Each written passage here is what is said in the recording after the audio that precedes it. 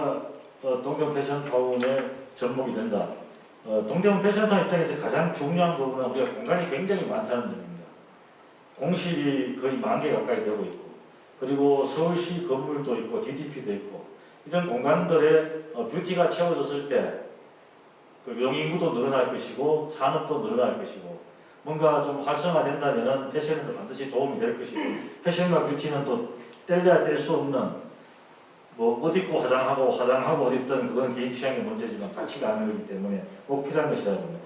그런 점에서 글로벌 업계 기업의 그 PB 브랜드를 또 개발해 주시고 런칭하시고 관리까지 하고 오랫동안 그런 사업에 특히 동남아 시장에서 하고 계신 우리 이성근 대표님께 동대문 패션타운에서 생존 가능하거나 접목 가능한 뷰티 산업은 어떤 것일까에 대해서 의견을 좀 들어보겠습니다. 안녕하십니까. 저는 내출의 이성준이라고 합니다. 제가 이 자리에 아마 이렇게 초대를 받게 된 이유는 한 10몇 년 동안 해외에서 제 자체 브랜드를 판매를 해보고, 그 다음에 동아시아 지역 10개 나라 정도의 드럭스토어를 운영하는 글로벌 그룹 집단에 소속된 드럭스토어의 PB 상품을 지금 15년째 메이드 코리아 제품을 저희 회사가 85%, 90%는 다 납품을 하고 있는데, 그래서 한국의 상황보다는 과거에 저희 회사가 해외에서 마케팅을 진행했던 것들의 경험 실을 가지고 여기에 초대받게 되지 않나 생각을 하고요. 그리고 지금 이제 팬데믹 중간이고 아직 다 끝나지도 않았고 언제까지 갈지 모르는 상황이고, 뷰티든 패션이든 다 동일한 고민거리를 가지고 있을 거예요. 공실이 이렇게 많은 줄은 저 오늘 처음 알았고요.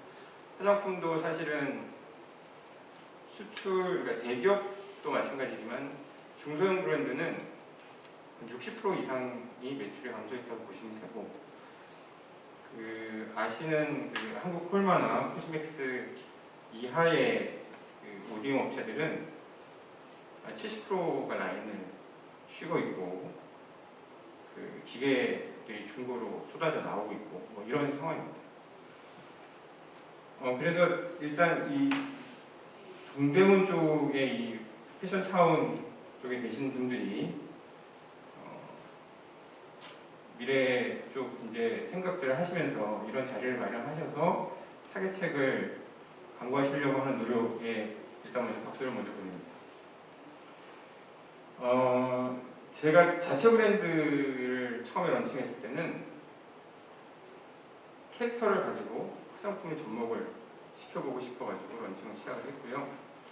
중국에서 전시회에 참여를 했었는데, 전시회 한 번 할 때마다 계약서가 100장 이상씩 쌓이긴 했었어요. 근데 그게 이제 사람들이 처음에 볼 때는 일반 화장품하고 일단 패키지가 틀린 거죠. 그다음에 전시 부스도 일반 전시 부스하고는 완전히 틀린 캐릭터의 어떤 동화나라 비슷한 전시 부스를 만들었고, 그래서 중국의 대기업군을 포함한 일반 유통 채널은 거의 다 빠질 있는 계약을 체결했었어요. 근데 이제 사드 문제로 신규 브랜드를 런칭을 시켜주면 뭐 제재 같은 암묵적인 그런 게 있어갖고 6개월 이내에 캔슬레이션 레터를 되게 많이 받긴 했습니다만, 그래서 이 무엇이든 간에 이 어떤 상품의 특장점을 내세울 수 있는, 그 다음에 비주얼적으로 소비자한테 좀 더 친근하게 접근할 수 있는 방법들을 강구해야지만 지금 이런 문제점들을 좀 더 확실하게 타개할 수 있을 것 같고요. 패션하고 뷰티하고 접목을 할 수 있는 것들도 마찬가지의 개념이라고 생각을 하는데, 일단 사람들이 동대문에 자주 찾아올 수 있게 하려면 서울시에서 정책적으로 지금 입안해서 진행하시려고 하는 것들이 많은 걸 알고 있는데, 그런 것들이 이제 코로나 같은 이런 외부 환경의 문제점만 아니라면 잘 진행이 될 수 있을 것 같고요. 이 서울시에서 지원이 좀 되고 그다음에 공간이 확보가 좀 되는 상황이라면 패션하고 뷰티는 아까 교수님 말씀하신 것처럼 아주 이따 있는 산업군이기 때문에 아이데이션만 잘 갖춰 있다면 충분히 가능성이 있는 신규 성장 모델로 될 수 있다고 생각합니다. 그래서 몇 가지 아이디어는 아까 프리미팅 잠깐 할 때도 제가 말씀드렸지만 패션과 뷰티를 아우르는 문화 상품들을 자꾸 개발을 해서 그게 이제 주목도를 높이고 국내 이제 젊은 층들한테 인기를 좀 주목도를 높일 수 있다면 그게 또 K-뷰티, K-컬처처럼 외부로 전파되고 그게 하나의 모델로 정착을 하고 그게 동대문에서 입안이 돼서 진행이 되고 소공 스토리를 만들 수 있다면 가장 좋은 모델이 될 수 있지 않겠나. 그리고 그런 아이데이션의 행사적인 거나 그다음에 사업적인 접근은 점차 이제 그 아이디어를 개발해 나가면서 진행하면 좋을 것 같다고 생각을 하고요. 패션이 뷰티와 협업을 좀 해서 어떻게 성장 모델이 될 수 있을까의 고민을 패션만 하시는 게 아니고 저희 뷰티 쪽에서도 많이 하고 있을 거라고 생각을 합니다. 왜냐하면 서로 지금 아픈 구석이기 때문에 힘을 합쳐서 같이 공동화 작업을 해서 스토리를 만들어낼 수 있는 협업만 잘 이루어질 수 있다면 아주 좋은 모델이 될 수 있을 거라고 생각합니다. 감사합니다. 네, 수고하셨습니다. 다음은 이제 그 패션과 뷰티에 대한 필요한 부분은 공간인데 상권 내 이제 시설과 공간이 굉장히 많습니다. 특히 이제 아까 이제 우리 신영환 교수님께서는 DDP의 정의와 역할이 동대문 패션타운 미래라고 말씀하셨는데 이제 그 부분과 관련해서 패션이든 뷰티든 패션과 뷰티든 간에 DDP라는 공간을 어떤 부분에서 좀 그 패션과 뷰티 산업에 할애를 해줘야 우리의 미래가 조금이나마 빨리 안정될 수 있다고 생각하시는지 좀 의견을 좀 듣고 싶습니다. 저를 보고 말씀하시는 것 같아서 얼른 제가 들었습니다. 아까 그 모두 발언에서도 말씀드렸습니다만 지금 우리가 앉아있는 이 DDP가 너무 그냥 아직 그 차려입은 건 정말 잘 차려입었는데 안에 뇌가 없다든지 아니면 엔진이 없어서 이런 경우가 되게 많았습니다. 그리고 지금 계속 얘기가 나오는 것이 이제 뷰티, 패션 이렇게 되는데 그 정의를 좀 다시 한번 내려야 되는 거 아닌가 싶습니다.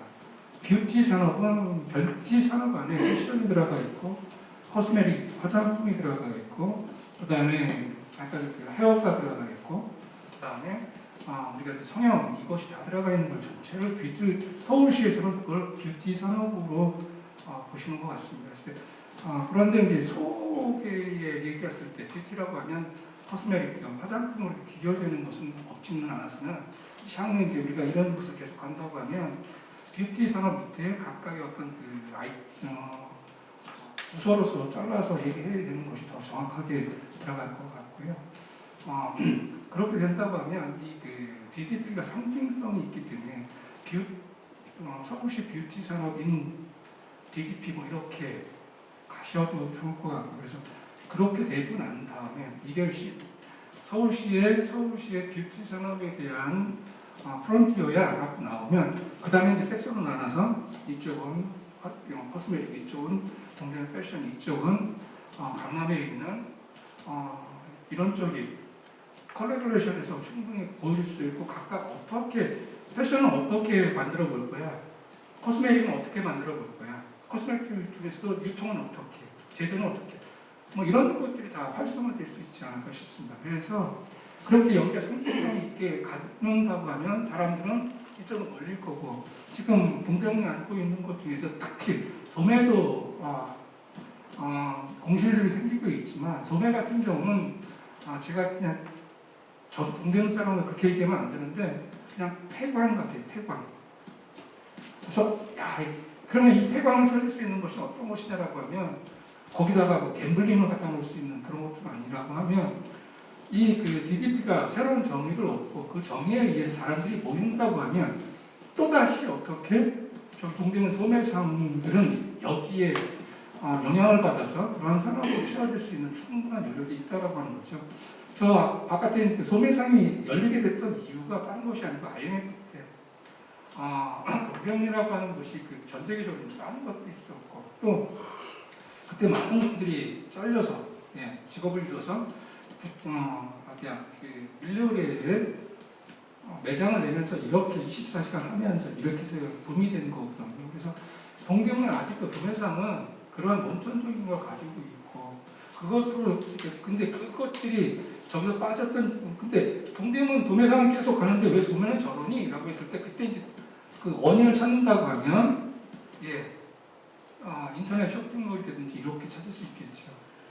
그렇다고 하면 저거는 또 어떻게 가야 돼? 라고 하면 또 새로운 산업과 같이 접목이 되고 그것이 시너지 효과가 나오고 그러한 모습을 가려고 하면 상징적인 DDP가 새롭게 정의되어야 된다고 생각을 합니다. 감사합니다. 네, 감사합니다. 시간이 많이 흘렀는데 지금 이제 마지막 부분으로 들어가겠습니다. 마지막 부분은 동대문 패션타운에서 필요한 부분에 대한 이제 의견을 제시하면 그 의견에 대해서 좀 그 패널분 중에서 답변 이제 거기에 대한 분석을 해주실 분이 분석해 주시면 고맙겠습니다.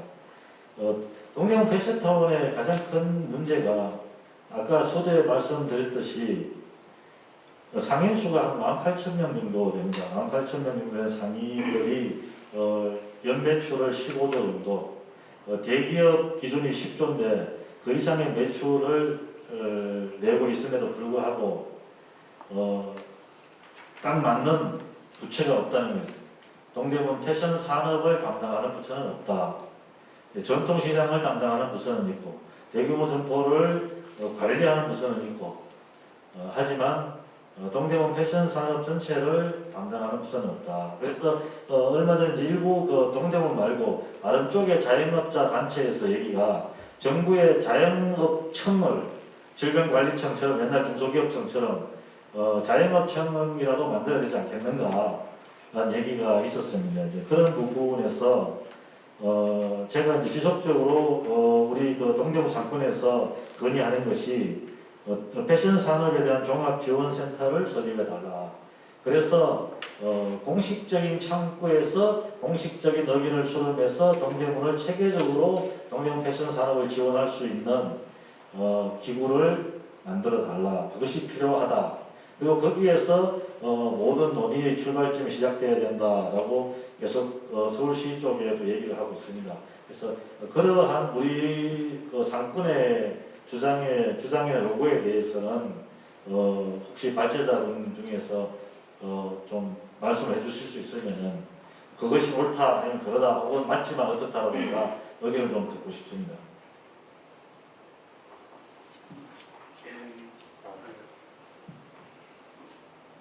먼저 좀 듣고 싶은 게 이제 말씀드린 15조가 수많은 인력의 산업 벨트인데 꼭 우리가 정부한테 바라보지만 우리 중구청에서도 전통시가에서 소수 인력으로 이 많은 거를 참 담당하시느라 우리 팀장이 엄청 고생하시고 알겠는데 왜 정부에서는 좀 정책적으로 더 관심을 안 가질까? 선거 때만 관심 갖고 또 하나는 저도 이제 동대문 제품을 판매하면서 이렇게 보고 있지만 특히 이번에 뷰티라는 아까 컨셉의 이런 대대적인 정책들이 있었는데 제가 알기로 회장님 주변에 보면 우리 상인들이나 그 동대문에 어쨌든 그래도 핵심은 우리 상인들이신데 과연 그분들과 소통을 해서 필요한 게 뭔지 어떻게 할지에 대한 의사소통이나 이런 것들이 좀 많이 있으셨나요?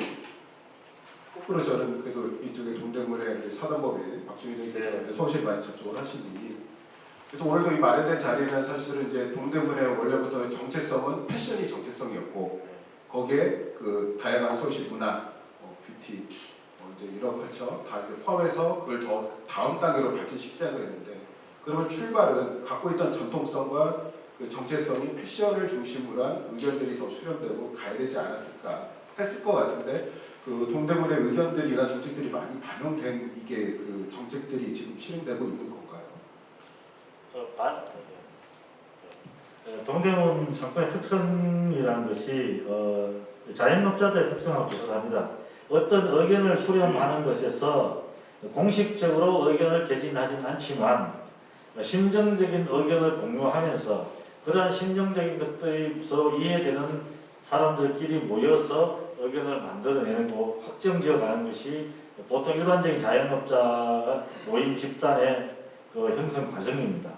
동대문 또한 마찬가지고 상인이 어떠한 이슈나 필요한 정책에 대해서 상인이 직접 시간을 내서 참석을 하고 하기는 굉장히 어렵습니다. 그리고 그 비율은 굉장히 낮고 그런 18,000명 중에서 예를 들어서 180명이 모여가지고 뭔가를 하면 사람이 굉장히 많아요. 하지만 제가 동대문에 내년이면 30년째인데 상인들은 그렇게 모이지 않습니다. 모이지 않고 하지만 그렇다고 그분들의 어떤 욕구나 요구사항이나 그런 것이 없느냐 천만의 말씀이 있습니다. 그런 것들을 충분히 수렴하기는 어렵지만 어느 정도는 수렴을 해서 계속 우리 그 협의회에서 구청, 중구청이든 서울시든 산업부든 중기부든 계속 제안을 하고 요구를 하고 있는 과정입니다. 예. 그리고 코로나라는 것이 또 하나의 그 핑계가 돼서 코로나 때문에 못 모인다 계속 얘기를 사실 하고 있습니다. 예. 왜냐하면 밥 먹다가 이제 한 분이 상인이 문제가 되면 당장 장사가 문제가 되기 때문에 그 부분 굉장히 조심을 하고 있습니다. 그 다음에 거의 마지막으로 생각을 하고 이제 오늘 이제 시작은 동대문 패션타운이 이렇습니다라는 걸 말씀을 드리고 패션 산업은 현재 이렇습니다라는 말씀드리고 뷰티는 이런 곳이 뷰티는 이렇게 동대문에서 서울시에서 프로그램을 가지고 양성하고 있습니다 라고 말씀을 드리고 그러면 그 뷰티와 패션이 어떻게 접목하는 것이 좋을 것인가 그 뷰티가 동대문에 어떻게 안착하면 동대문에 도움이 될까까지 유도하고 그 다음에 동대문에 지금 필요한 것은 무엇인가까지 가는 것인데 굉장히 러프하지만 어느 정도까지 좀 한번 훑고 지나갔기 때문에 거기에 대해서 우리 협의회에서 이 부분을 다시 한번 정리를 해서 그 다음에 좋은 자료로 그 다음 토론회에서는 좀 더 세부적이고 구체적이고 정책적인 부분까지 들어갈 수 있도록 준비를 하겠습니다. 그리고 마지막으로 오늘 이 컨퍼런스에 대한 또 발제자님들의 또 못다 했던 얘기라든가 아니면 그 평이라든가 듣고 그 다음에 질의응답을 갖고 끝내도록 하겠습니다. 먼저 보세요. 예, 제가 가장 많이 얘기해서 충분히 얘기했다고 생각합니다. 저는 여기 이제 오랜만에 다시 동대문을 찾게 된 것 같아요. 원래 패션 디자이너 출신이었고요. 그러다가 한 15년 전서부터 이제 뷰티 쪽에서 이렇게 일을 하게 되면서 다시 이렇게 동대문에 오게 돼서 너무 반가웠고요. 그리고 제가 패션 쪽에서 디자이너로 있으면서도 많이 생각했던 게 내가 창업을 하고 디자인을 하고 이랬을 때 누군가가 정말 이거를 팔아주고 그리고 누군가는 홍보해주고 뭐 이러한 시스템이 갖춰지면 얼마나 좋을까라는 생각이 들었는데 아직까지도 이제 그것들이 좀 미비한 것 같아서 지금도 그런 젊은 친구들은 많을 거예요. 그렇게 하고자 하는 그러니까 그런 친구들을 받쳐줄 수 있는 시스템이 갖추어져서 아까 전에 우리 교수님 보여주셨을 때 패션 위크 때 너무나 대단한 친구들이 와서 사진 찍히고 막 이랬더라고요. 패션 보면 막 거의 끝내주는 잡지에서만 볼 수 있는 그런 친구들이 365일 패션 위크 때만 아니라 365일 여기서 그냥 맨날 놀고 있었으면 좋겠습니다. 네.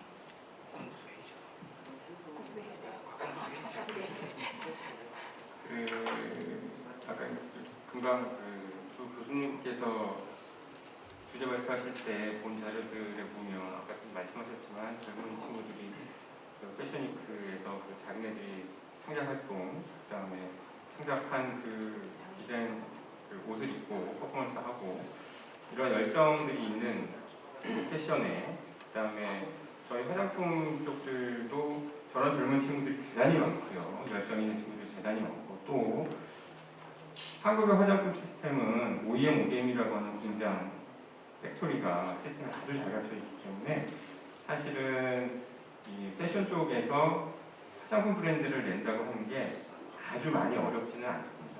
그러니까 패션 쪽하고 화장품 쪽을 아우를 수 있는 공동 브랜드를 동대문하고 정부 서울 쪽에 서울시에 있는 모든 여러 가지 지원책들이 많던데 그거를 활용을 해서 글로벌 마케팅에서 성공 스토리를 하나 쓸 수 있는 우리나라의 K뷰티도 지금 해외에 뭐 많이 알려져 있고 그다음에 연예인들, 드라마 뭐 엄청나게 많은 펀딩을 갖고 있는 나라예요. 거기다가 또 동대문은 이 아주 좋은 공간, 그다음에 DBP라고 하는 그 멋진 건물 안에서 이렇게 뿜어져 나올 수 있는 열정들 뭐 이런 것들을 엮어서 같이 진행만 할 수 있다면 정책적인 어떤 이반에 대한 아이디어보다는 실질적으로 소비자들과 맞닿아서 소비자들이 느낄 수 있는 재밌는 브랜드 하나를 만들어 보는 게 훨씬 더 현실적이고 훨씬 더 사람들의 주목도나 인지도를 좀 높여갈 수 있는 방법이 아니겠는가 이렇게 생각을 해봅니다. 감사합니다. 네, 저는 분야계 라이브 커머스 제가 이제 전도사 역할을 자칭 한국에서 하고 있습니다. 우리나라의 패션 특히 3,000년 역사에 그 역사적으로 기회가 왔다는 게 전 세계는 이커머스에서 이제 라이브 커머스로 가고 있습니다.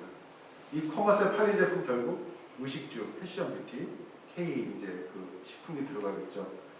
우리가 개별 브랜드들이 전 세계 사실 잘 몰라요. 안타깝지만 그렇지만 아까 말씀드린 봉준호라든지 BTS 이런 사람들 때문에 전 세계인들이 한국의 그런 패션, 뷰티, 뭐 식품들에 대한 제품에 관심이 많습니다.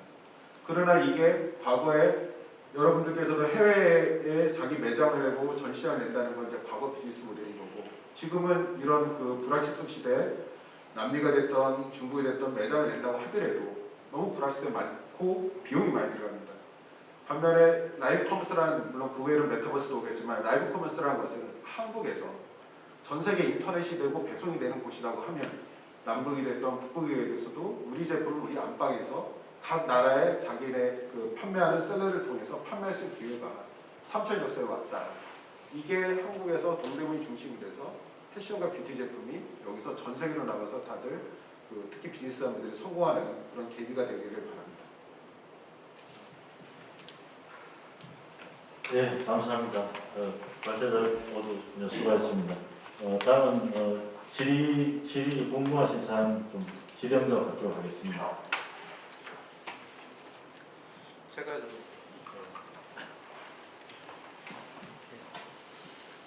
하여튼 이런 자리가 마련이 되어서 정말 많이 배우고 갑니다. 특히 아까 우리 그 신영남 교수님 말씀하신 것처럼 DBT 몰이 본래 그런 그 정체성을 찾아서 세계에서 정말 이름 있는 그런 DBT몰이 되기를 바라고요. 저희는 저희 회사가 중국의 한국관 운영하는 회사예요. 그런데 처음에 제가 우리 박종현 회장님이나 염 팀장님을 뵀으면 저희 한국관을 동대문관으로 당초에 동대문관으로 하려고 했는데 그때 어떻게 매칭 포인트가 안 돼서 몰랐어요. 그래서 그 이후에 오픈을 하고 난 뒤에 이제 배워서 저희가 사실 좀 잘 안 되고 있어요. 왜냐면 2020년 12월 19일 날 오픈을 했기 때문에 이 코로나 와중에 있어요. 그래서 지금 저희가 백화점 2층 450평 규모니까 굉장히 큰 겁니다. 그래서 38억을 들여서 만들었는데 제가 지금 들으면서 보니까 이런 생각이 들어요. 지금 우리 동대문이 옷을 만드는 기술은 정말 세계 어느 못지않게 디자이너도 정말 훌륭한 디자이너들이 많고 그런 거에 비해서 판매 유통망은 굉장히 부족하다 이런 생각을 하고 있습니다. 제가 왜냐하면 지금 동대문이 외국에 판매하는 것들 대부분 보면 B2C잖아요. B2C만 하고 있어요.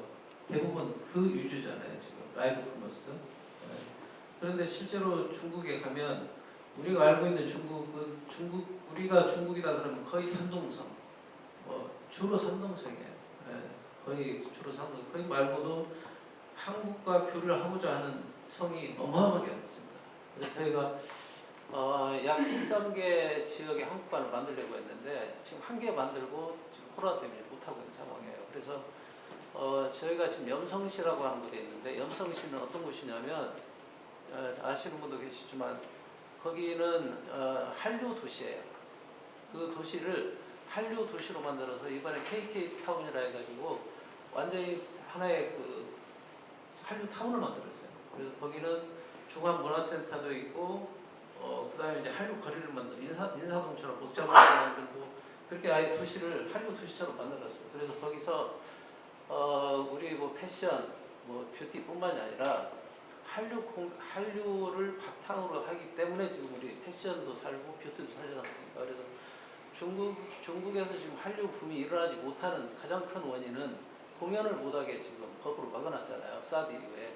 그게 가장 큰 문제점이라고 보는 거예요. 그래서 이런 것들이 좀 한중에 관한 정치가 좀 잘 되어서 중국에서 한류 공연이 시작이 된다면 지금 이런 패션, 뷰티 그 공연에 따라가서 그 공연을 통해서 아까 교수님 말씀하신 대로 일본 그 여학생이 한국인이 되고 싶다고 이렇게 했던 거예요. 그야말로 요즘 MZ 세대들은 그 유행처럼 그 한류가 그야말로 그들의 정체성으로 이렇게 스며들고 있기 때문에 우리 한국이 한류를 바탕으로 좀 더 지금 이렇게 그 의존형 말고 동대문이 의존형이 말고 동대문에서 자체 유통망을 시가 좀 지원해서 만들어서 동대문 자체 유통망을 가진 지금같이 의존형 가지고는 시장의 한계는 더 이상 여기보다 더 성장할 가능성이 높지 않다고 봐요. 저는 실제로 이 일을 하고 있는 그 회사 입장에서 볼 때 그래서 시장은 많이 다변화되고 있는데 동대문에는 예를 들어서 뭐 디자인을 새로운 디자인을 만들어내는 그렇게 진화되고 있지만 판매 유통망은 그대로란 말이에요. 그래서 좀 더 공격적으로 해외에 예를 들어 지금 전에는 그 도매상들이 한국에 와서 상이 들어와서 물건을 사가지고는 지금 그러지 못하기 때문에 반대로 이제는 나가서 B2B 도매상들을 대상으로 해서 시장 판매도 이런 새로운 그 유통 방식을 하지 않고 지금 같은 방식으로 옷잘 만들어가지고 꼭 된다. 저는 이렇게 보지 않거든요. 그래서 그 유통망에 관한 새로운 그 혁신적인 그런 것이 필요하지 않을까. 그리고 저하고 지금 같이 왔는데요. 중국인이에요. 중국은 지금 굉장히 많은 유통이 혁신적으로 많이 바뀌고 있어요. 지금 최근에 대학생들이 캠퍼스 내에서 판매망을 구축해가지고 중국에는 전 대학을 네트워크를 하고 있습니다. 그래서 지금 동대문 패션은 주로 MZ 세대들을 위주로 그렇게 타깃이 되어 있기 때문에 새로운 이런 유통망에 관한 것을 잘 하려고 하고 이렇게 한다면 상당한 효과가 있지 않을까 이렇게 보고 있습니다. 그리고 우리 그 박 대표님도 지금 그 라이브 커머스를 하시는데 아까 우리 저기 한지수 교수님 아직 그 라이브 커머스에 대해서 잘 관심 안 가졌었던 것 같아요. 그래서 그 라이브 커머스는 반드시 우리 지금 현재 중국인에 의존하는 라이브 커머스 가지고는 안 되고 우리 한국인 재능 있는 한국 청년들을 글로벌 라이브 커머스로 키워서 우리 영내에서 바로 우리 청년들이 그 마케터가 되고 하는 이런 형식으로 우리 한국이 바뀌어야 된다.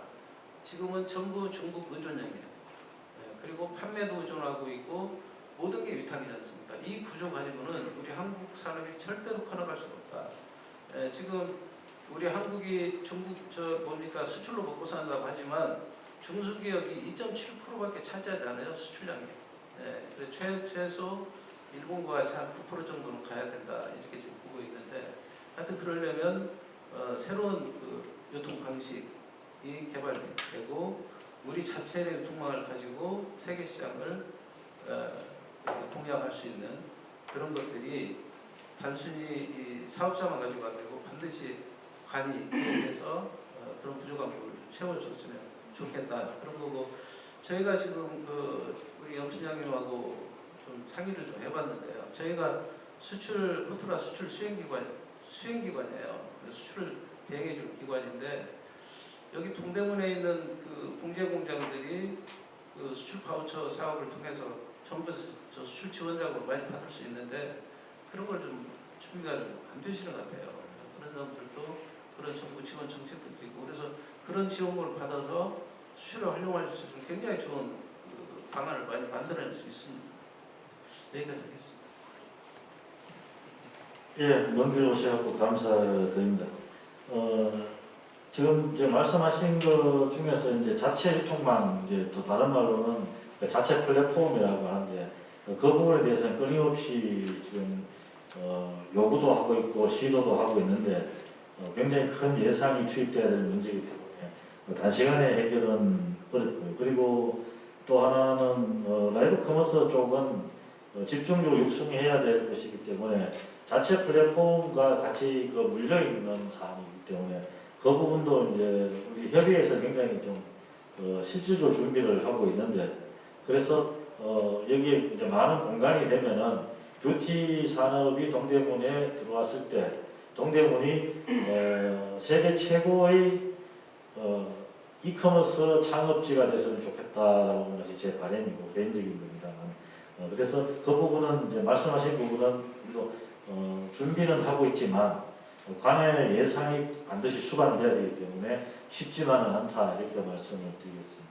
또 다른 궁금하신 사항 있으면 질문 받겠습니다.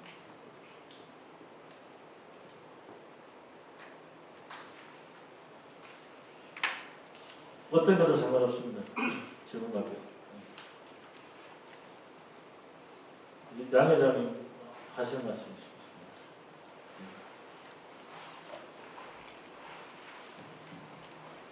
잠깐 졸고 있었는데 그래서 깜짝 놀랐겠어요. 죄송합니다. 오늘 좀 날씨가 덥네요. 한두 가지만 말씀드리겠습니다. 평소에 신 교수님이 신용남 교수님께서 그 DDP의 정의와 역할에 대해서 말씀하시면서 마무리하셨는데 저도 이 DDP가 동대문에서 어떻게 역할을 해야 되는가에 대해서 계속 끊임없이 고민을 해왔습니다. 근데 제가 최근에 내린 생각은 지금 강남에 코엑스가 있으면 강북에는 그 DDP가 있는데 강남의 코엑스가 어떤 역할을 하냐면 그런 중소기업들 제품을 계속 전시하고 홍보하는 역할입니다. 근데 강북의 이제 DDP는 제가 뭐 패션이나 이제 뭐 지금 얘기하고 있는 뷰티 그다음에 뭐 제가 보기엔 공예 뭐 건축 이런 디자인에 관련된 그런 중소 브랜드들이 이제 전시하고 홍보할 수 있는 그런 기관으로 특화를 돼서 활용이 됐으면 그런 강남의 코엑스와 강북의 DDP가 그 구분이 돼서 동시에 산업을 좀 일으켜 세울 수 있지 않을까 이런 생각을 합니다. 근데 지금 저도 가끔 그 DDP를 방문해서 저도 전시회를 보거든요. 여기 한 교수님 팀버튼 전시회 보셨듯이인데 제가 보기에는 DDP가 그 하드웨어적인 건축 홍보에만 그동안 계속 집중을 해왔지 그 안에 그 전시나 이런 그런 상품을 갖다가 알리는 그런 소프트웨어적인 기능에서 굉장히 그 떨어져 있는 것 같아요. 저도 뭐 코엑스 전시도 가끔 가는데 코엑스 전시는 굉장히 잘합니다. 그 제가 봐서 잘 유치하고 잘 운영도 잘하고 있는 것 같아요. 근데 반면에 이 DDP는 굉장히 약해요.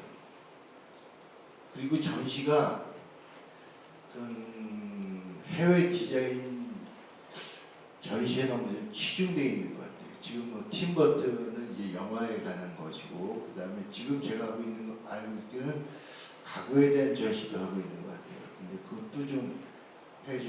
왜 물론 이제 해외의 좋은 디자인이나 그런 상품들을 저희가 국내에서도 알 필요가 있긴 하지만 왜 국내 상품에 대해서 전시하고 홍보하는 기능은 왜 반면에 대조적으로 떨어지느냐, 이거 하나를 갖다 지적하고 싶고, 제가 결론적으로 말씀드리면 그런 국내 스몰 브랜드를 전시하고 홍보하고, 그런 분들은 판매하고 뭐 이런 걸 할 수 있지만 자체적으로 홍보하기 알리기에는 너무 힘이 약해요. 그리고 돈이 너무 많이 들어가고, 그러니까 그런 분들의 전시하고 홍보할 수 있는 창구 역할을 해줬으면, 뭐 동대문 상품도 뭐 마찬가지로 스몰 브랜드들이니까 그런 분들한테 많이 도움이 되지 않겠냐고 생각을 하고, 한지슬 교수님께 하나 좀 여쭤볼게요.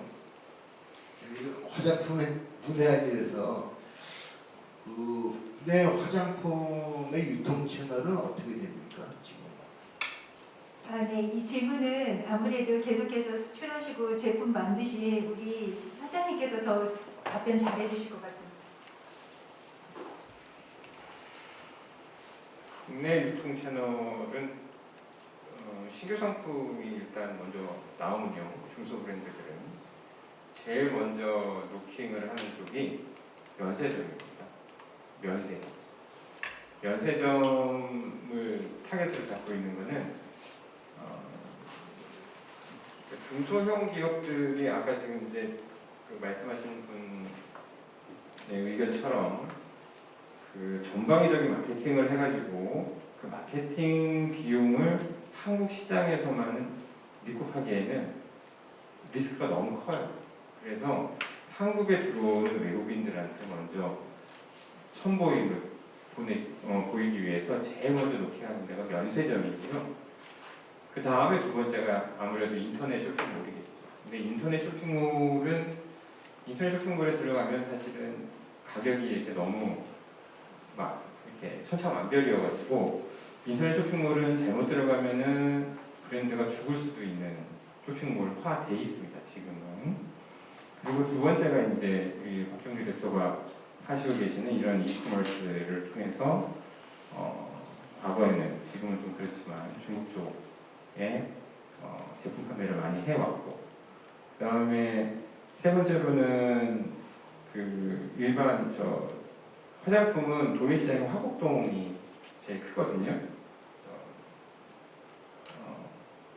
천화동 쪽에도 좀 있고, 그래서 화곡동 쪽에 이제 도매 유통을 하시는 분들은 명동 화곡동 쪽에다가 제품을 이제 납품을 하고 이렇게 하고, 그다음에 해외의 현지 바이어를 알고 계시는 분들은 뭐 직접 연결을 하시겠지만, 그래서 처음 만약에 시장 진입을 하시는 분들은 코트라 쪽에 무역협회에 글로벌 마케팅 지원 사업들이 대단히 많이 있습니다. 그쪽을 통해서 진행하시는 분들도 많이 계시고, 그 다음에는 정기적으로 하고 있는 해외 글로벌 전시회가 있어요. 이태리 볼로나라든가, 그 다음에 미국의 라스베가스, 홍콩 코스모프로프, 그게 이제 3대 전시회인데 그쪽에 진행을 해서 참여해가지고 가입을 개척 개발하고 있는 정도입니다. 그러면 국내 화장품 신생 브랜드들은 런칭 때부터 해외 시장, 아까 면세점을 갖다가 이 채널로 삼으신다고 했는데, 그러면 초기서부터 거의 대부분의 업체들이, 화장품 업체들, 런칭하는 업체들이 글로벌 시장을 갖다 겨냥해서 런칭한다고 봐야 되나요? 대부분의 신규 브랜드들은 지금까지는 중국 시장을 목적을 가지고 신제품 개발했다고 보시면 되겠습니다. 그래서 면세점이 중요했던 겁니다. 그래서 그러면 지금 서울시는 지금 이 자리가 패션과 화장품을 어떻게 융합해서 시너지 효과를 낼 수 있겠냐, 뭐 이런 부분이 컨퍼런스의 주 내용인 것 같은데, 서울시에서 얘기하는 동대문의 패션과 뷰티를 갖다가 같이 융합하는 그런 육성하겠다라는 서울시의 정책이 그럼 화장품 업체들한테는 별로 면세점이 일단 관심인데 유통 어떻게 내실 때는 근데 동대문에 내면은 그 업체와의 이해관계랑은 맞지 않는 거 아닌가요?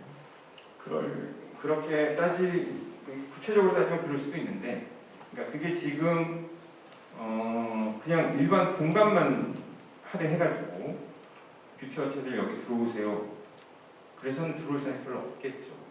저도 그렇게 생각해요. 네, 맞습니다. 왜냐면 공간만 지금 여기 와서 여기 동대문에 공실도 많고 또 공간이 좀 많으니까 네.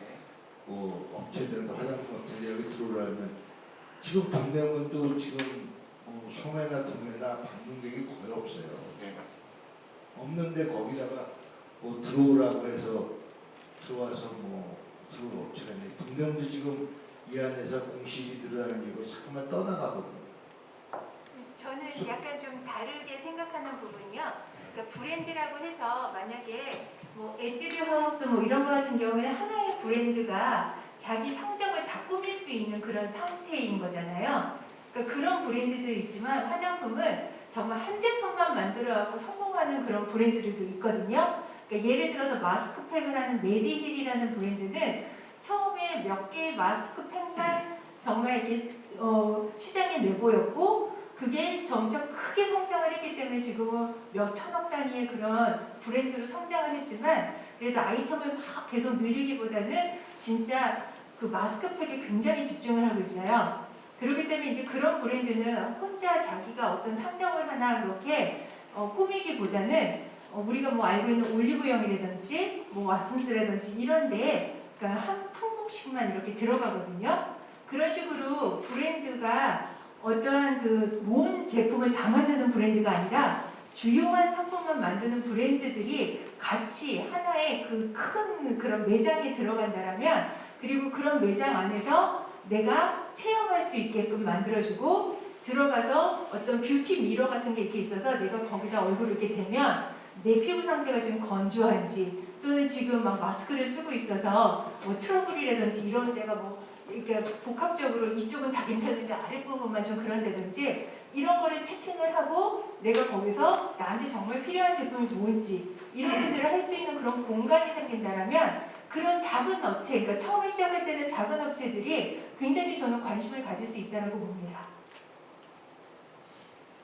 제가 기사를 본 게 있는데 네.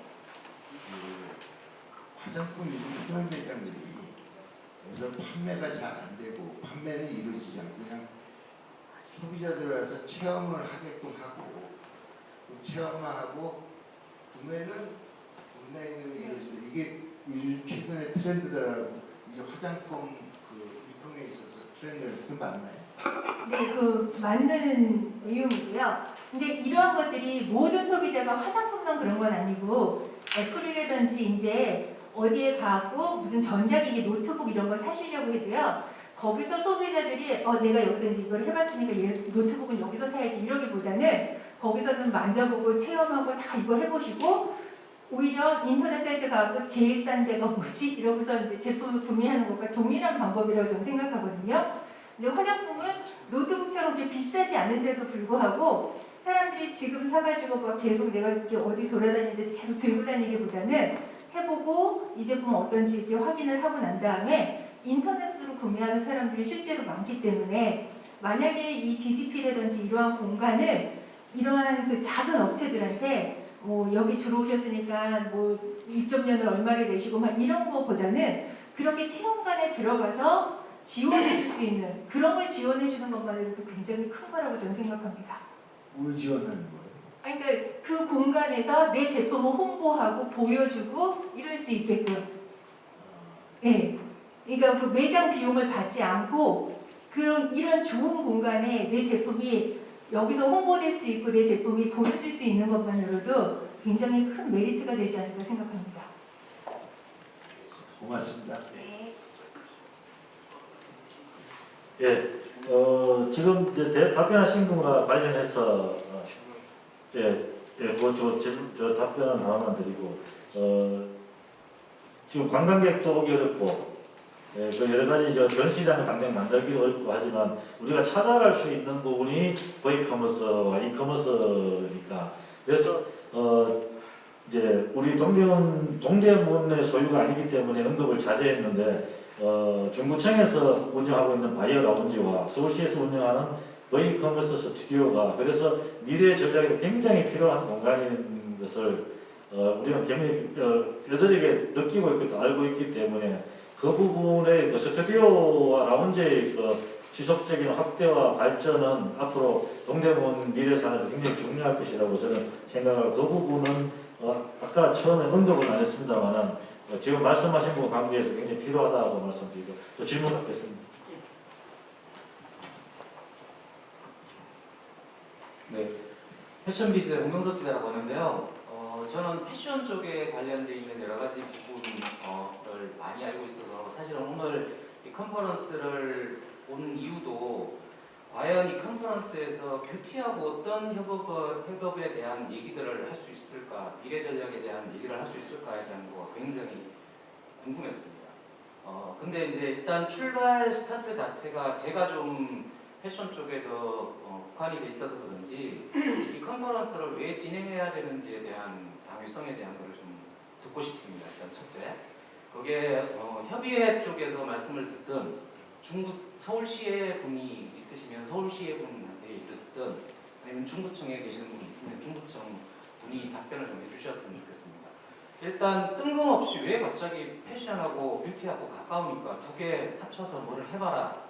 선거 공약이 있다 해봐라. 뭐 이 정도인가? 아니면 다른 뭐가 있길래 앞으로 뭔가를 하려고 하길래 이런 미래 전략 컨퍼런스까지 개최해가면서 동대문에 계신 분들이 이런 얘기를 하는지에 대한 거가 솔직히 상당히 궁금합니다. 첫 번째 질문이고요. 두 번째는 동대문에 관련되어 있는 여러 가지 말씀들을 나누시는 와중에 DDP 얘기가 주가 되는 것 같습니다. 어쨌든. 근데 여기에 많은 상가를 운영하시는 분들 포함해서 많은 분들이 계시고 여기에 DDP에 관련되어 있는 분은 제가 봐서는 아무도 없는 것 같아요. 여기 지금. 서울시의 분도 없으시고 중구청에 계신 분도 없으시고 근데 그렇다면 DDP에 있는 사람들 말고 여기에 상가에 관련되어 있는 사람들이나 협의회에 관련되어 있는 사람들이나 다른 사람들이 이 DDP 포함해서 동대문 전체 상권을 어떻게 해야 될 건지에 대한 중지를 좀 모으는 게 서로 낫지 않을까 싶거든요. 왜 DDP 신 교수님께서 이 정의를 어떻게 하느냐가 굉장히 중요하다고 얘기했는데 그런 거에 만약에 그런 화두를 던지는 건 굉장히 중요하다고 생각합니다. 그런데 결국은 동대문에 계시는 주인들이나 상인들이나 종사자들이 어떻게 여기를 정의하자고 중지를 모아가는 과정이 돼야 생각합니다. 제가 만약에 제안을 하나 드린다 그러면 중구청의 분들이나 서울시의 분들한테 이 DDP를 공익적으로 쓸 건지 아니면 수익적인 측면으로 쓸 건지를 빨리 정의를 해야 된다고 생각합니다.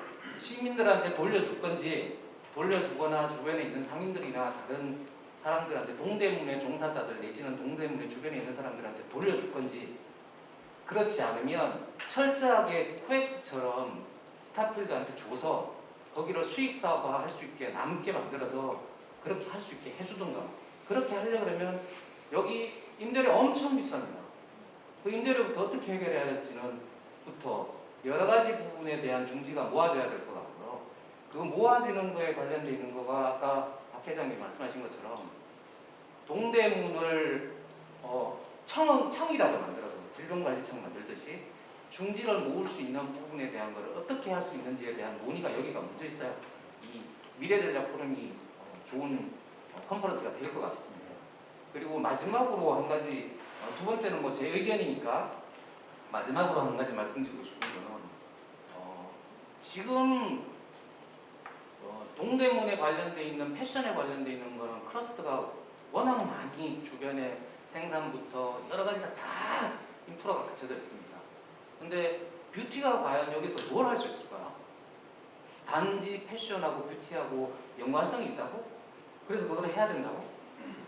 주변에 있는 인프라를 구축할 수 있는 여러 가지 뭐 그게 매장이 됐든 아니면 그 패션 쪽처럼 작은 사무실이 됐든 아니면 판매 공간이 됐든 아니면 여기에 물류 관련돼 있는 뭐 여러 가지가 있든 뭔가 새로운 화두를 던져서 그거를 패션 쪽하고 시너지를 낼 수 있게 한다는 얘기들을 해야 될 것 같은데 그런 얘기들은 제가 봐서는 큰 정책 첫 번째 질문 드린 것처럼 이게 왜 갑자기 패션하고 뷰티 얘기가 나왔는지부터 시작해서 그 다음엔 이렇게 흘러갔으면 좋겠다는 얘기들이 나와야 될 것 같거든요. 그래서 그런 인프라가 제대로 구축이 안 돼 있는 패션이 잘 구축돼 있는 패션도 지금 되게 힘들어서 이러는데 인프라도 전혀 구축 안 돼 있고 아까 지금 이 대표님이 말씀하신 것처럼 거기는 큰 제조업체들이 다 잡고 있어요. 다 벌써 코스메틱스나 뭐 블라블라들이 다 잡고 있어서 나머지들은 도저히 시너지 낼 수 있는 게 별로 없을 것 같은 생각이 드는데 왜 갑자기 이러는지에 대한 거가 그런 중지를 좀 모아갔으면 좋겠다는 생각이 들어서 의견을 드리는 그 질문에 대한 답은 좀 주셨으면 좋겠습니다. 네, 제가 먼저 하겠습니다. 예, 기자님 잘 들었습니다.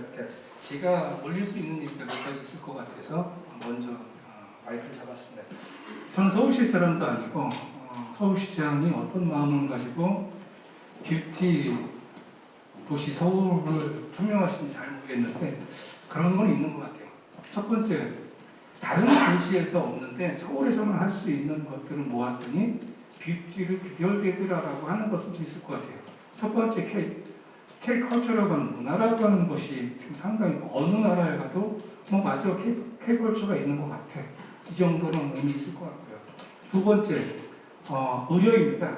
그러니까 성형인데 성형을 이렇게 안전하고 싸고 퀄리티 있을 수 있는 도시가 있나라고 찾아보면 많지 않습니다. 거기다가 코스메틱입니다. 화장품에 대해서 그러니까 중저가 아니면 중가 이상도 영국처럼 서울처럼 그래서 이걸 대한민국이라고 해야 될지 서울이라고 해야 될지 모르겠지만 그렇게 공부할 수 있는 도시가 있을까라고 했을 때 다른 나라 도시가 얼마나 될까 찾아보면 그리고 또 이제 패션이죠. 패션은 동대문뿐만 아니라 뭐 한국의 패션들이 가능한데 한국의 패션은 밀라노나 런던이나 파리 같은 데랑은 경쟁이 되지 않습니다. 우리가 그쪽에 따라가는 그런 입장이 되지만 소위 얘기해서 그 커머스, 그러니까 큰 시장에서 한국, 특히 동남아시아에서 패션이라고 하는 것들 그쪽에서 리더가 서울이라고 생각이 됩니다. 그래서 제가 그냥 개인적으로 이해했을 때 의료, 코스메틱, 그 다음에 패션, 여기다가 이제 헤어까지 들어간다고 하면 그렇게 붙여도 괜찮겠다. 그것도 다른 도시에서 할 수 없는 거니까 경쟁 그걸 좀 더 차별화시키고 이분 그렇게 기자님 때문에 그런 것이 아니라 서울시가 가지고 있는 것이 그런 것이기 때문에 경쟁력을 좀 붙여가면 좋겠는데 지금부터 얘기해보면 좋지 않을까? 그래서 이제 저도 이 컨퍼런스 처음이고요. 초청을 받았는데 그래서 제가 동대문 쪽에 조금 더 많이 알고 있으니 동대문 내가 소개하고 갈게요. 그 와중에 어떤 생각이 있었냐면 DDP라고 하는 정체성에 대해서 상당히 많이 고심하고 있었어요. DDP는 동대문에 있다고 하는데 동대문 동네 상인들이랑 전혀 관련이 없죠. 모든 동대문 동네 상인을 만나고 같은 소리예요. 그렇다고 그러면 얘는 누구 거예요?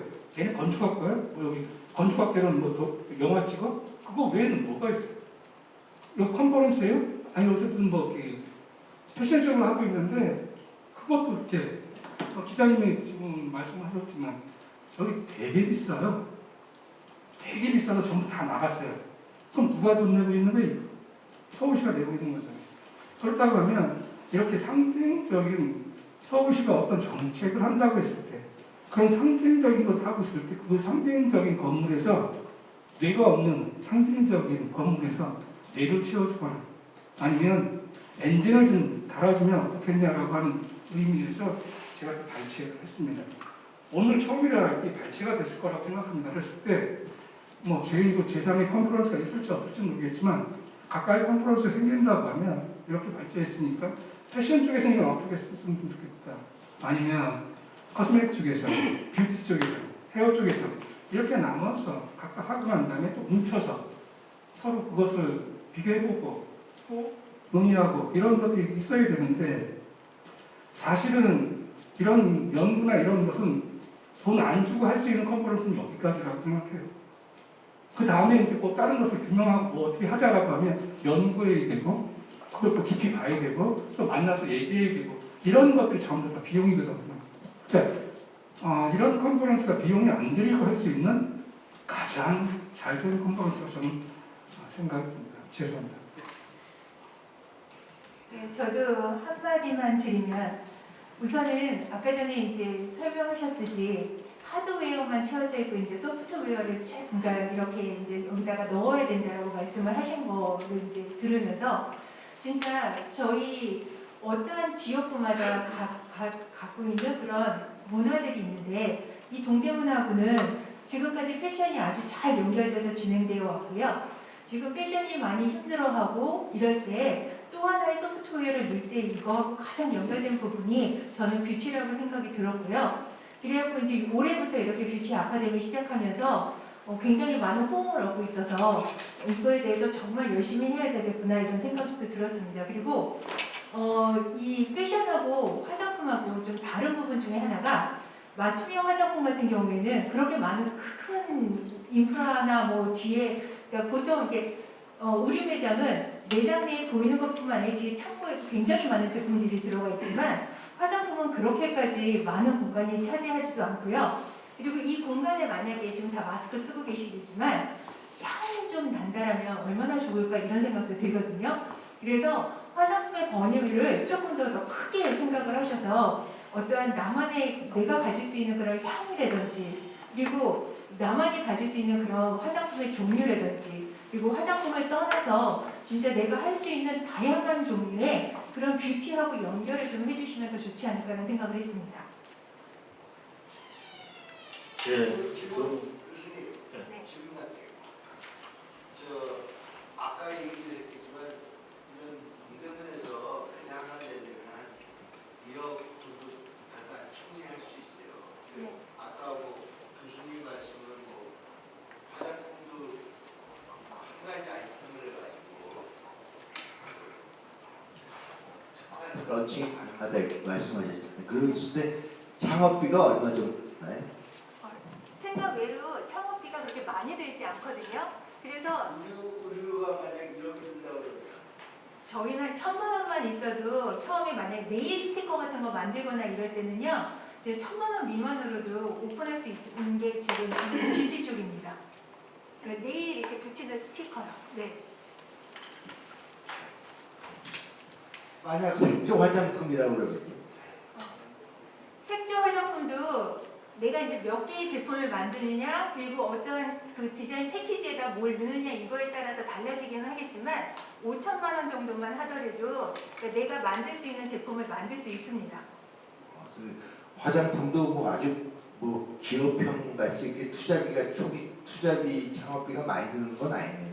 아, 네. 그러니까 근데 이제 그게 뭐 나는 립스틱만 하겠다, 그러니까 홈쇼핑에 있는 그러한 그 립스틱 한 종류만 하겠다 이러면은 5,000만 원 정도 가지고 가능하고요. 진짜 이렇게 우리가 알고 있는 막 이렇게 브랜드처럼 모든 제품이 다 나온다라면 몇 억이 들어가겠죠. 예. 간단하게 상품 개발이나 그 제조는 어떻게 이루어지나요? 화장품. 네, 만약 우선은 그렇게 네. 뭐 1,000만 원 시작한다 그러면 처음에 그래도 상품을 갖다가 자기가 생각하는 상품이 있을 거 아니에요. 네네. 그런 상품 개발이나 아니면 그거 갖다 또 생산할 수 있는 곳이 있어야 돼요.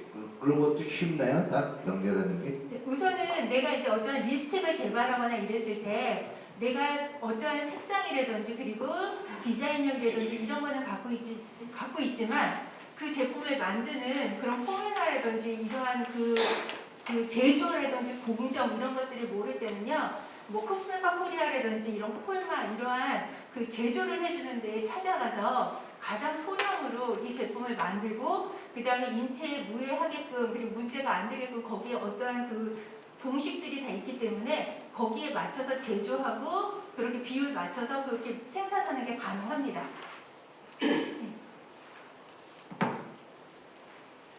기자님 질문에 대해서 답변을 하고 이제 컨퍼런스가 이제 뜬금없이 갑자기 왜 이렇게 충분히 이제 기자님 질문 이해를 제가 하고요. 이제 우리도 뷰티와 관련해서 뷰티를 굉장히 의식하고 이 컨퍼런스를 준비를 했는데 그 뷰티의 그 동대문의 뷰티라는 것이 가시적으로 실체가 완전하게 보이지 않기 때문에 다소 모호하게 논의를 할 수밖에 없었는데 아주 기본적인 것으로 동대문 패션타운 입장에서 뷰티 산업을 서울시에서 발표를 했을 때 우리가 서울운동장과 야구장을 엎어버리고 DDP를 건설한 걸 봐왔거든요. 그리고 그 DDP가 긴 세월 동안 동대문 패션에 어떤 영향을 끼쳤는지 알고 있어요. 우리가 몸으로 다 느끼고 있어요. 그렇기 때문에 뷰티 산업이라는 화두가 던져졌을 때는 처음에 뷰티 특구 얘기가 나왔다가 지금은 뷰티 패션 진흥기구라는 얘기까지 지금 바뀌었는데 그러면은 이 뷰티라는 것이 어차피 오겠구나. 올 것이라면은 우리가 가지고 있는 것이 무엇인가? 굉장히 많은 공간을 가지고 있고, 그리고 패션 산업에 대한 우리가 그동안 60년 동안 축적된 기술력을 가지고 있다. 그리고 유통을 가지고 있다. 그러면은 우리한테 최소한의 충격이 적고, 어쩌면은 도움을 받을 수 있는 방향은 무엇일까를 지금부터 찾아 나가야 된다는 그 출발점에서, 그리고 뷰티가 동대문으로 온다는 것을 막지 못한다는 걸 알고 있어요. 알고 있기 때문에 그거를 받아들이면서 우리가 어떻게 전략을 짜야만이 뷰티한테 우리가 도움을 줄 수 없어도 우리가 피해를 입지 않고 함께 좋은 효과를 얻을 수 있을까? 혹은 우리가 살아남을까에 대한 그 출발점에서 뷰티 산업과 관련된 패션 산업 미래 전략을 준비를 했고 오늘 이 논의를 시작을 하면서 지금부터 이제 우리가 상권에 다시 여기를 모으고 다시 중지를 모으고 하는 과정을 밟아 나가야 될 것이고 우리가 이런 것을 단 한 번의 단초도 없이 바로 상인들 속으로 들어가서 여러분들 뷰티를 어떻게 생각해와 그럴 수는 없기 때문에 오늘이 그 출발점이라고 이해를 해주시면 감사하겠습니다. 그리고 아까 말씀드린 DDP에 관한 것은 중지를 모은다고 해서 쉽지는 않고요. 제일 좋은 방법은 이제 한국 사회에서 상인들이 18,000명이면은 한 5,000명 모여서 매일 떠들면은 해결될 수 있는 문제인데 그렇게 해서 해결을 하는 것은 현실적으로 굉장히 어렵고 그래서 끊임없이 요구하는 DDP 안에 동대문 패션타운의 그 제품을 홍보 판촉할 수 있는 공간만 좀 달라라는 얘기를 수년째 하고 있는데 지금까지도 그것은 전혀 임대료 낼래라 아니면 임대료가 얼마인지 아냐 정도의 대답밖에 안 나오기 때문에 지금 그 부분은 아직도 요구를 하고 있는 중이고 그 대신 동대문 패션타운에 주어져 있는 바이어 라운지라는 공간과 그리고 그 DDP 패션몰 4, 5층에 있는 공간들이라도 그 중에 일부라도 온전하게 동대문 패션타운을 위해서 좀 활용되었으면 하는 바람으로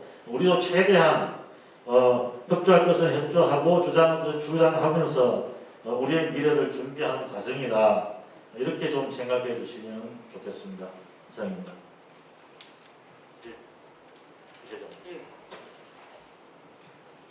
네, 오늘 그 동대문 패션타운 미래 전략에 대해서 좋은 말씀들 많이 하시고 계십니다. 저는 그 중구 시장 전체 협의회 회장으로서 동대문이 그동안에 어떻게 해야 앞으로 어떻게 갈 것인가에 대해서 박 회장님이 정말 열심히 하신 그 모습을 보고 관심을 갖고 서울시에서도 여러분 건의를 한 바 있습니다. 먼저 그 패션이라는 거는 매일 정말 바뀐 그 패션입니다. 근데 동대문 패션 행사를 할 때마다 제가 참석을 해서 봤었고 또 동대문 패션이라는 게 상인들이 전체적으로 같이 힘을 합쳐서 한다면 아마 지금쯤은 엄청 발전했을 거라고 생각을 합니다. 그런데 이제 첫째는 자본이 문제. 자본이 문제인데 아까 말씀하신 대로 동대문이나 남대문이 우리 서울이 한 60, 70%를 아마 차지하고 있을 거예요. 그래서 중구에도 시장이 41개가 있습니다. 41개에 대한 시장이 있다 보니까 예산 문제도 그렇고 여러 가지로 어려워요. 그래서 중구의 대형 시장들은 실질적으로 이 전통시장이나 또 그렇지 않으면 소상공인 쪽에 크게 이렇게 반영할 게 아니라 서울시에 제가 건의한 것도 도매시장, 대형시장들은 정말 큰 힘으로 도와줘야 우리가 전국적으로 살아날 수 있지. 어떻게 보면 서울 동대문 시장에서 대한민국 버로맥기를 살리는 시장인데 지금 패션과 시장이 다 죽어가는 입장에서 이제 패션으로 전 세계 인구를 끌어모아야 될 그런 단계가 됐다. 저는 그렇게 생각을 하고 있어요. 그래서 앞으로 미래 전략을 세울 때 정말 여러분들이 앞으로 동대문에는 패션타운이 매일 운영하고 젊은이들이 와서 참가할 수 있는 그런 계기를 빨리 마련해 줘야 관광객이 와서 등을 끌고 또 주위에서 볼 때도 동대문은 정말 패션타운으로 변했구나 하는 것을 보여줘야 된다고 생각합니다. 그래서 오늘 여기 와서 이야기하신 분들은 동대문 패션타운에 대해 관심을 가지고 정말 좀 같이 도와줄 수 있는 계기가 됐으면 하는 것이 제 바람입니다. 감사합니다. 시간 관계상 오늘 컨퍼런스는 여기서 마무리하려고 합니다. 다양한 의견과 생각들은 저희가 정리를 해서 자료로 다시 한번 만들어서 여기 참석하신 분들에게 나눠줄 수 있도록 준비하겠습니다. 마지막으로 기념 촬영 한번 하고 이 행사는 마무리하겠습니다. 책상 잠깐 치워주시는 거 도와주시면 다 같이 모여서 단체 촬영 한번 하겠습니다.